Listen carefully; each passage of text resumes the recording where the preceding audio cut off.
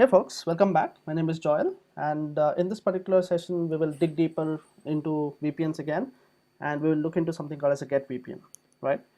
From the topology, I think it's pretty much clear. GetVPN is something which is used on a multi-site. It's basically a multi-site IPsec VPN.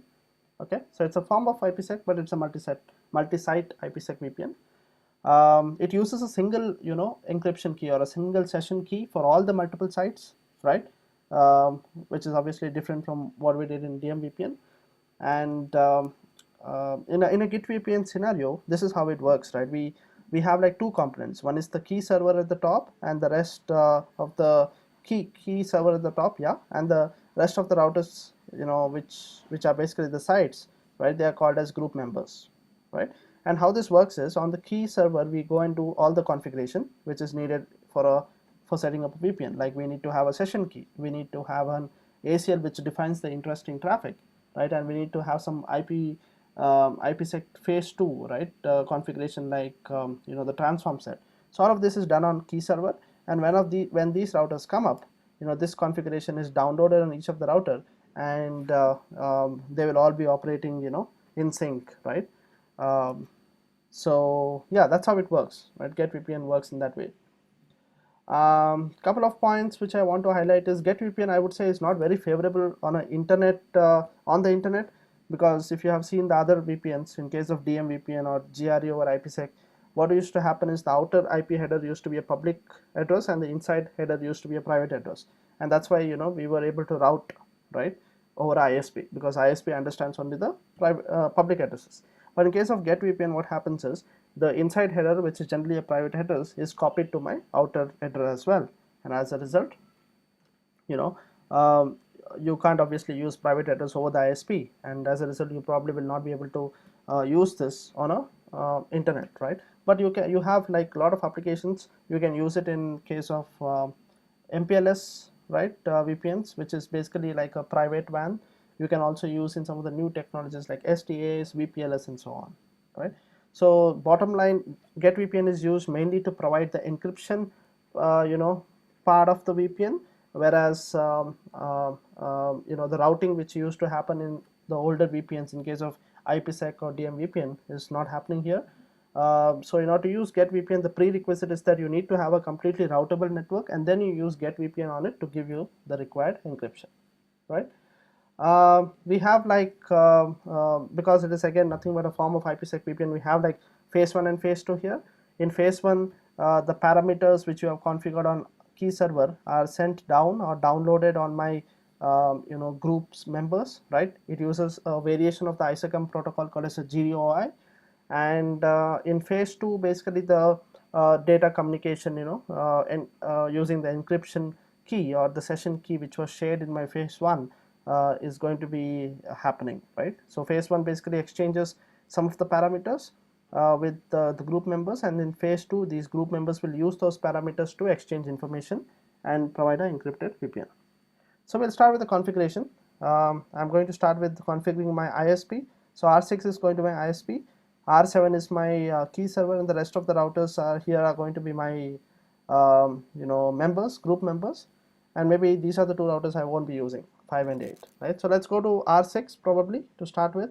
Let's do the configuration of our ISP, right? So on ISP, if you look carefully, we have 4 interfaces, 1, 2, 3, 4. I'm not using this one for now, so I'm just going to concentrate on 1, 2, 3, 4, the ones connecting R1, R2, R3, R4, and I just need to put in the IP addresses.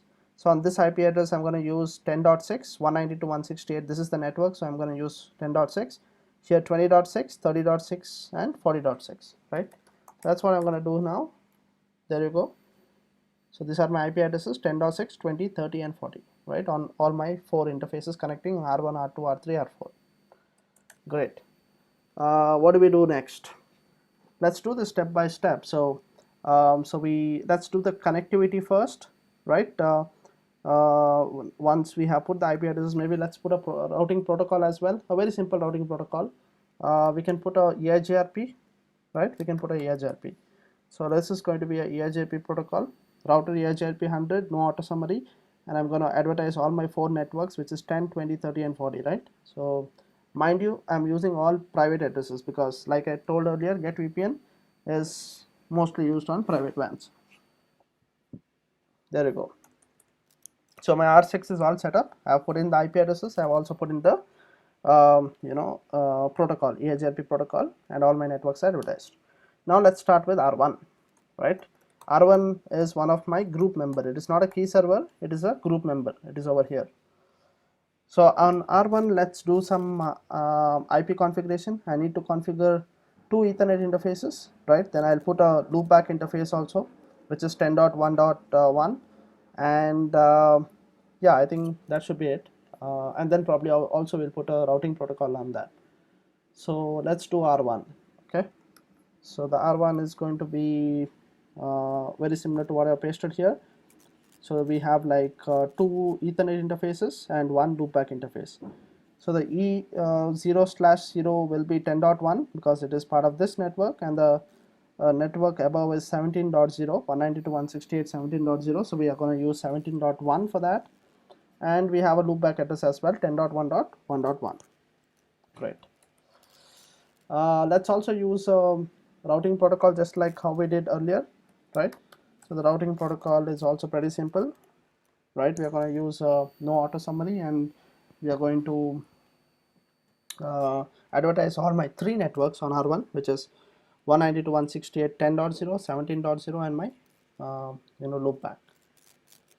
That's done. So we are going to repeat the same exercise on all my rest of the routers, which will be R2, R3 and R4, right?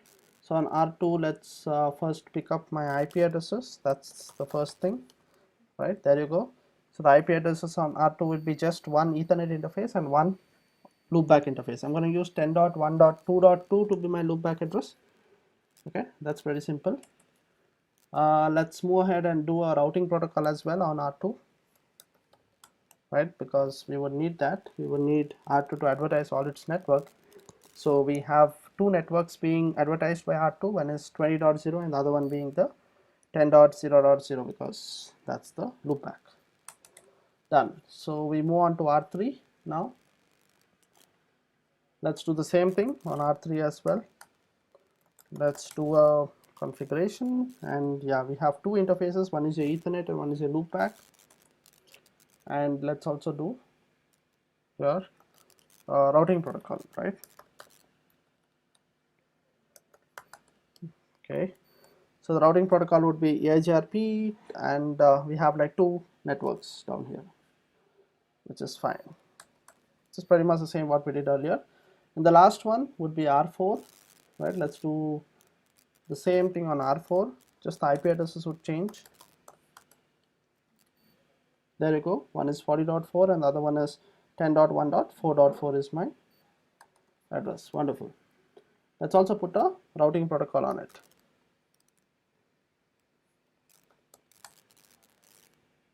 Right? Pretty simple. We are advertising 40.0 and the 10 network, which is my loopback. There you go. So we have set up the IP addresses and all the connectivity using EIGRP, right? So which is pretty good. What do we do now? Let's quickly check if everything is reachable. Maybe let's check a couple of them. Let's do a ping to, where do we ping? Let's ping the R4, right? 10.1.4.4. Yeah, there you go. It works. Probably let's see the R3. There you go. So we have connectivity everywhere. Maybe let me quickly check the show IP route. Sorry. So as I told earlier, GetVPN, the only prerequisite is that you need to have a completely routable network. So let's see in R1, I see all my networks, right? So let's see that in R2 as well. There you go. We have 1, 2, 3, 4, which is fine. Let's do that in the other one, R3. Do we have it in R3? Sorry.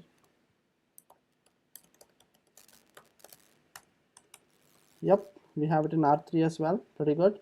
And let's do it again on R4. Yep, we have all the networks. reachable from R4 as well. On R6, where is R6? Okay, we probably need to do that here as well. So let's check that. Cancel. Yeah, there you go. We have all the networks. And R7, do we need R7? Yeah, because it is my key server.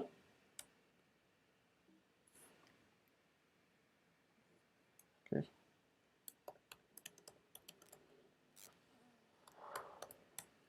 There you go. Everything is reachable. We have these networks in all of the routers, right? So everything is reachable, and that is my prerequisite checklist kind of thing, and I have checked it, right? So now we go and configure my key server, and then we go and configure my group members. So key server is my R7. So let's do that. Okay. So what are we doing here? So as I told, we are doing GetVPN. So we have certain part of configuration which goes on the key server. I'm gonna paste it down here, and then I'll explain to you every single line, right? I think that'll be easier. So let's go on R7. Wonderful. And let's just paste this. Great. So this is going to be my configuration. So let's start. Like I said, we have three important things which are basically configured here, and those three things then later will be shared with my group members. So the first thing is my session key, and you know that session key is generated in my phase 1, right? So how do we get phase 1? We have done the configuration before. ISACM policy, we do authentication pre-shared key, right? The pre-shared key is basically configured here. You need to configure it manually for all the 4 sites, right? 1 2 3 4, and explicitly giving the IP addresses of each of the sites, right? You can use again different keys if you want, but for now I'm using the same keys, right? And so that's the pre-authentication. Then we use MD5 hash, right? And then we use 3des, right? 3des to be my encryption, and we also use the group 2, which is basically my defining my Diffie-Hellman group, which I'm using, right, for generating my session keys. I think that should be clear. This we have done before as well. That was basically IPsec phase 1. The phase 2 is again something which will be sent down or to my group members. So I do a phase 2 configuration as well. We are using again 3des, and we are using SHA in this case, right? We are using 3des for encryption and SHA for hashing. Remember, we need not define any encryption key over here, because the key which is exchanged during my phase 1 will actually be used for the data encryption in my phase 2. So we just define only 2 things here, right? Wonderful. So the next is, remember we did IPsec profiles earlier, right? Because so that we don't have to do crypto maps, right? You would have remembered. So IPsec profile is basically used here to bind your phase 2 configuration which you did, transforms at ABC, to the profile, because it helps you, it makes it easier for us to do the configuration later. So we have set up the IPsec profile right over here, and then we define the interesting traffic. Now you need to have a very intelligent design of the IP address space in your network, otherwise you will end up writing a lot of ACLs. In my case, what I'm telling you is, hey, if there is any packet which goes from 10.1, right, to 10.1, because my main aim is to encrypt, or basically connect every site which is behind the router with every other site which is behind the router. So basically I would want 10.1.1 to talk to 10.4.4 at the end of the session, right, and secure and encrypted way. So I define my access list accordingly, right? If you have a different IP space, probably this will change. And the last part being the GDOI configuration, right? We earlier talked about how we don't use ISACM in here. We use GDOI, which is a kind of like a small variation of ISACM, right? So this is the syntax for GDOI. We create a name. It doesn't have much significance. We just create a name for the group. Identity number. Now this is very important. This can be anything. I mean, the sales what I've defined here, it could be anything. It's a locally significant, so it doesn't matter. Whereas this is useful. Identity number is useful because you identify um, this particular number is again going to be used in the configuration of my group members, right? So that's how the group members know which particular members are part of the group, right? So you can have a whole network and you can have like multiple groups and multiple number of key servers and all of that. So when you have such complicated network, how do you identify which group members belong to which group? So this is the member which helps you to do that. You're saying identity number 111, and server local basically tells that, hey, R7 is my key server, right? So that is the configuration. Next we do the security association, right? Configuration, because like I said, these are the three things which will be pushed down. One is your access list, which is match address IPv4 101, right? The next is your like I said, the IPsec configuration, which is over here, and the last one is your profile, right? The phase 2 configuration, right? So your session key, your ACL, and your phase 2 configuration, everything is bound over here. And the last line of the configuration is one address IPv4 192.168.17.7 is nothing but pointing to the key server, right? And you do the configuration on key server explicitly. You say that, hey, this IP address, this is the IP address my group members have to reach out to, right? As because the key server exists here. So this is the configuration which goes on the key server. Obviously it is not the same on the members, which I will show in a bit, but this is going to be my key server. So let's apply this probably, right? Let's apply this, let's see. Okay, so this looks pretty good. Yeah, so I think I already had a key before, so it just tells me that there exists a key. That shouldn't be an issue. And yeah, that's good. So we have done the configuration on R7, which is my key server, right? Yeah, pretty good. Now what we'll do is we have the group members, right? Just doing the configuration on R7 is not sufficient. We need to do the configuration on R1 so that they know that they belong to a particular group, right? For which this is the key server. So we'll have to do that configuration on we'll have to do it on R1, R2, R3, and R4. Let's start with R1. Let's do it on R1, right? Let's pull the configuration. I have it right here on my screen. Let me pull that up and then let's go through the configuration. Great. So I have the configuration for R1 here. Right. So R1, what are we trying to do here? We need to have your IPsec part coming in, right? Because it's again the phase 1 and phase 2. The phase 2 configuration is, yes, it is pushed down by the key server, but you need to have the phase 1 configuration because key server is going to kind of um, engage in the initial phase 1 process with each of the routers. So when you have to exchange your session keys like we did earlier, there will be like a phase 1 tunnel happening between the key server and individual routers. So you need to have the phase 1 configuration, which is pretty much the same like we did earlier. I think you probably know all of this by now. Crypto ISACamp, you need to define your pre-shared key because you're using a pre-shared key here. Pretty much the same configuration what we did on key server, right? Yeah, this is the IP address of the key server. So you're basically trying to build a phase 1 tunnel with the key server, and the main objective is because you have to exchange your session key, right? Great. So once phase 1 is done, then you have the GDOI group configuration, right? Again, like I said, we used the say group name as sales earlier, and we are using it ABC over here, so it's very locally significant. But this is very important. The identity number 111, it was very much same as in the key server as well, because this number helps this particular router to identify it as a part of this particular group which is headed by my key server, right? So that is what your 111 does here. And then we have the server address. Server address is basically telling my R1 to go to this address to reach out to the key server, right? Pretty much straightforward. Now cryptomap, right? We did cryptomap earlier, but I think if you remember, when we did cryptomap earlier, we used IPsec ISACamp here. But since we no longer use ISACamp, we use GDOI, which is a slight variation of ISACamp, we need to mention GDOI over here, right? And then we just attach my group ABC to this particular crypto map, right?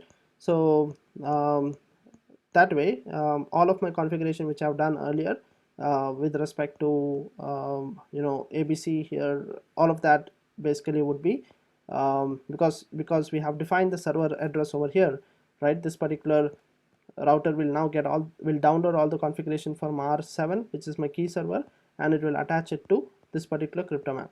And as usual, my crypto map goes under a particular interface, the outgoing interface. So in R1 my outgoing interface is E/00, so it goes on that, right? So that's pretty much the configuration which we do on R1. So let me run it.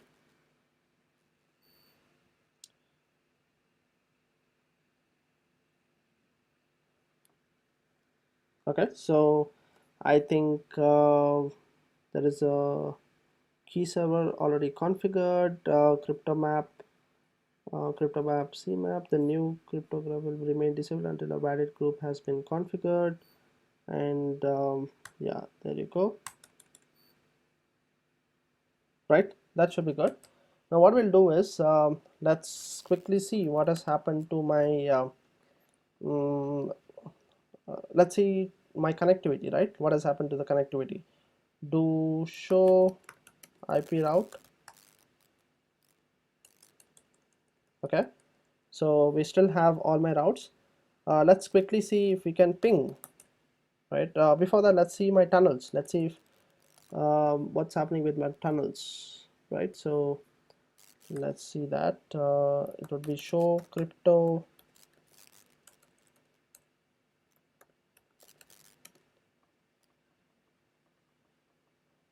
ISACM SA, right? So you can see that a tunnel, a phase 1 tunnel is there, and we have a we don't have ISACM anymore. It explicitly means GDOI, right?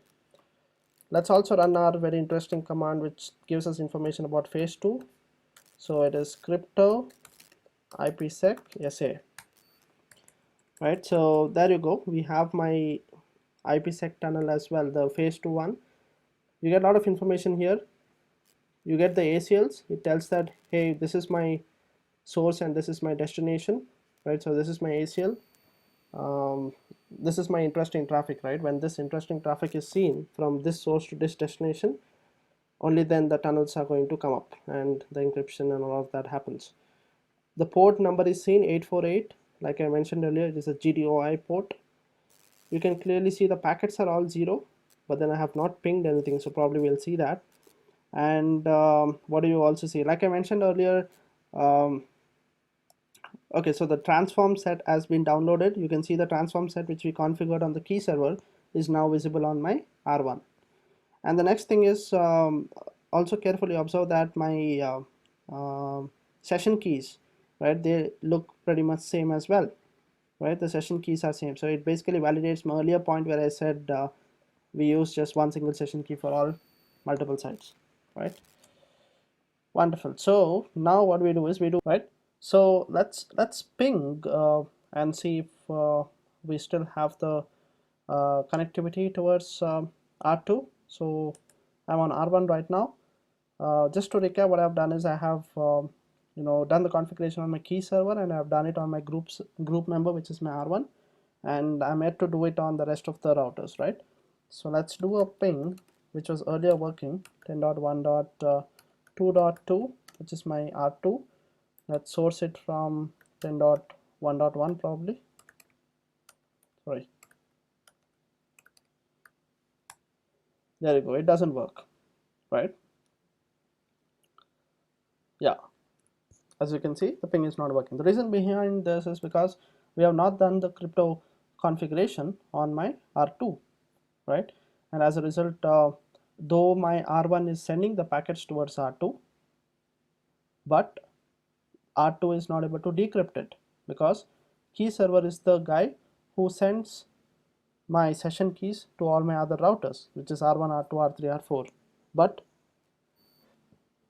in this particular scenario, only R1 has received the keys and R2 doesn't seem to have the configuration yet put up. So as a result, R2 doesn't have the keys to decrypt it. right? So let's figure this out. Let's put the configuration on my R2 now. Let's see after doing that will it work, right? It's pretty much the same configuration what I did on R1, so it's going to be very much the same. We do the phase 1 configuration, then we do the GDOI configuration, right? And we put a crypto map, and then we use the crypto map on an interface. Let's do that. So as soon as you do that, you can see all various messages coming up on the screen. You see that the registration is happening and a lot of things happening on the screen. Now let's see, will our ping work? There you go, it works, right? So I think it's pretty much clear now. You can also see the tunnels coming up.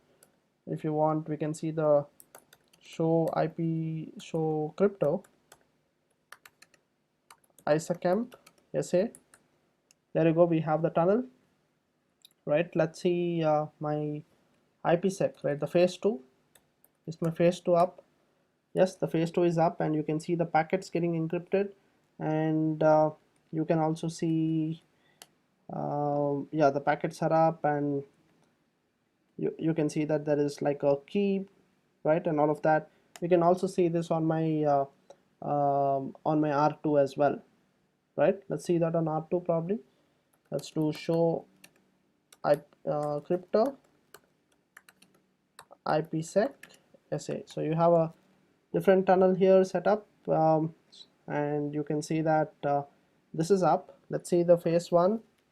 Probably I should have seen that earlier. ISACamp. There you go, we have the phase 1 tunnel as well. Observe that the state is GDOI, right? So that was R2. I'll just quickly paste the same configuration now on my R3 and R4 because it's pretty much the same, right? Let's do that. No, my mistake. Let's go to R3. There you go, I've done it on R3. Let's do it on R4 as well quickly. Boom.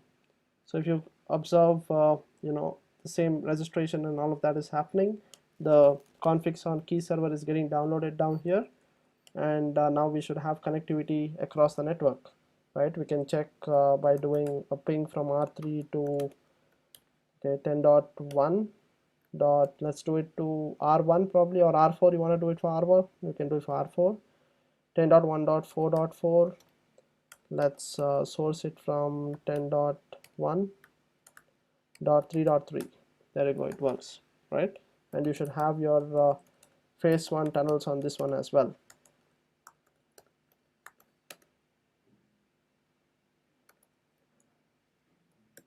There you go, you have the phase 1 tunnel, and you should have your phase 2 tunnels. Yeah, those are up as well, right? So that was okay. Maybe we will also show you another command on my key server, right? Let me go on my key server, and let me show you this. This might be very interesting. A quick way to troubleshoot. So if you want to get a list of all your group members, R7 is my key server. So if I want to get a list of all my group members, I just need to run the command show crypto, the protocol which is GDOI, right, and key server, and we define the members. There you go. So we have all the members being listed. So we have 4 members: R1, R2, and R3 and R4, right? So yeah, that was the last piece which I wanted to show you in this video. Thanks for watching. That was GetVPN for you guys.